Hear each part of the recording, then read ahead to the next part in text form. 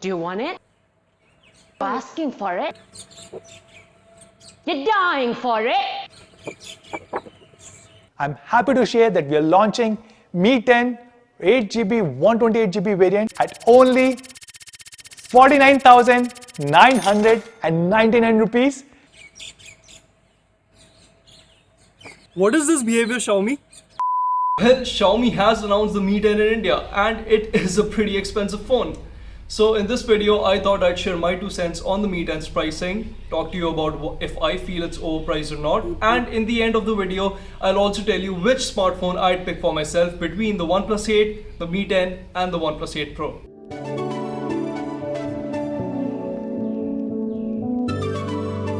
Before we get on with the video, make sure to hit the bell icon and subscribe to our YouTube channel if you haven't already so that you don't miss out on any awesome tech content that we put out. Now that you've done that, let's get on with the video. Okay guys, so first and foremost, this is not a paid video. I'm not being paid by Xiaomi and I'm not being paid by OnePlus, and I want the same thing as you guys, a good Android smartphone. So while my opinions might differ with yours somewhere down the line in this video, I do hope that you will hear me out in entirety before rushing to the comment section. So now that we've established that I am on your team, let's get one thing right out of the way. The Xiaomi Mi 10 is a very expensive smartphone. There's no denying the fact. Now I know everyone expected the company to price it less, and I honestly don't blame you guys here. I mean, for years after years, Xiaomi has launched one affordable smartphone after another, and suddenly dropping a smartphone which costs half a lakh rupees is not ideal. So before I even talk about the Mi 10, let me first compare it to the 2 smartphones that it will be compared to the most, the OnePlus 8 and the OnePlus 8 Pro. So a spec sheet will be on your screen right now. Now if you look at the specs, then you'll notice that if we compare the 8GB RAM variant of all 3 phones, then there's a price difference of exactly 5,000 rupees between the 3 models. So the OnePlus 8 is 45,000, the Mi 10 is 50,000 and the OnePlus 8 Pro is 55,000. Now keep that in mind as it'll come handy down the line. But for the time being, let's just forget about the specs of the Mi 10 and actually try to figure out why the smartphone costs rupees 50,000. Now for that, we'll have to go all the way back to the month of February where Manu Kumar Jain tweeted this. So as you could infer from the tweet, the Xiaomi Mi 10 will not be manufactured in India. Why? Well, because it's a more sophisticated smartphone and therefore it will have to be imported from outside of India. Now here's where Xiaomi's let's only launch affordable smartphones in India strategy came back to bite it. You see, OnePlus has always launched premium smartphones in India, and therefore the company was prepared to launch not just good phones but innovative phones as well. Xiaomi on the other hand has never really considered launching a proper flagship after the Mi 5, and therefore the company is obviously going to have to pay the price for it now, as Indians will have to pay import fees on top of the already hiked GST to get the Mi 10. That being said, the Xiaomi Mi 10 is still a lot of phone for rupees 50,000. Not only are you getting Qualcomm Snapdragon 865 processor, but you're also getting the fastest memory available in the form of LPDDR5 RAM and Samsung's 108 megapixel camera sensor. Now that camera sensor is a game changer if you ask me. Now bear in mind that this is the same sensor you would get with the Samsung Galaxy S20 Ultra, which is a 1 lakh rupees phone. And having used the S20 Ultra extensively, I can tell you that the dynamic range of that 108 megapixel image sensor is insane. But you don't have to take my word for it.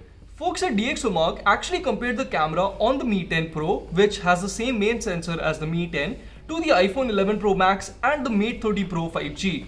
The results are on your screen right now, and you can clearly see that there is no highlight clipping on the Mi 10 Pro shot, but there is on the iPhones and Huawei's. I'd also like to add that the Mi 10 gives you a lot of cool video features which the OnePlus 8 Pro doesn't. Things like 8K video recording, whereas the OnePlus 8 Pro only supports 4K video recording. And you also get a pro video mode with the Mi 10, which basically lets you use features like focus peaking to the fullest. You'll also get wireless and reverse wireless charging with the Mi 10, along with high-res audio certification, which makes the Mi 10 really good for media consumption too. Now the smartphone also comes with a vapor cooling chamber, which I think is a must for all smartphones. Just to give you an example, I am recording this video on the OnePlus 7T Pro right now, and at the start of the video, the smartphone's CPU and GPU temperatures were around 40 degrees Celsius.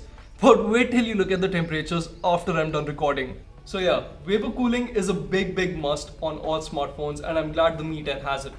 Now I'm with you when you guys say that the OnePlus 8 is a better priced smartphone. Absolutely it is. but that also does not make the Mi 10 overpriced. You remember the 5,000 rupees difference I mentioned a while ago? Well, for that 5,000 rupees extra, you're going to get wireless charging, you're going to get much faster CPU performance, you're going to get a much better imaging sensor and a bigger battery. Tell me, are you not going to pay 5,000 rupees extra for all of these features on a new smartphone? In a similar fashion, the OnePlus 8 Pro is a better buy at 55,000 because for 5k rupees extra here, the 8 Pro offers IP rating, a Quad HD Plus display which refreshes at not 90 but 120Hz and a cleaner custom skin in the form of Oxygen OS. Put all of this together and to me you have a smartphone which easily justifies its price tag and bridges the gap between the OnePlus 8 and the OnePlus 8 Pro. Now I'm not saying that the Mi 10 is affordable, it's clearly not, but at the same time it's not overpriced either. If you don't want to buy the Mi 10 then don't, because for all intents and purposes there are a lot of options in the market. But trust me when I say this, the Mi 10 is the lowest barrier of entry when it comes to a proper high-end flagship, and any other phone that you buy, be it the OnePlus 8 or the Realme X50 Pro, is going to come with some sort of compromise or the other. But guys, those were my 2 cents on the Mi 10's pricing. Do let me know in the comments below if you agree with me or if you disagree with me, and as always, make sure to give us a big thumbs up if you enjoyed this video. Until next time, this is Prateek from Mr. Phone signing off.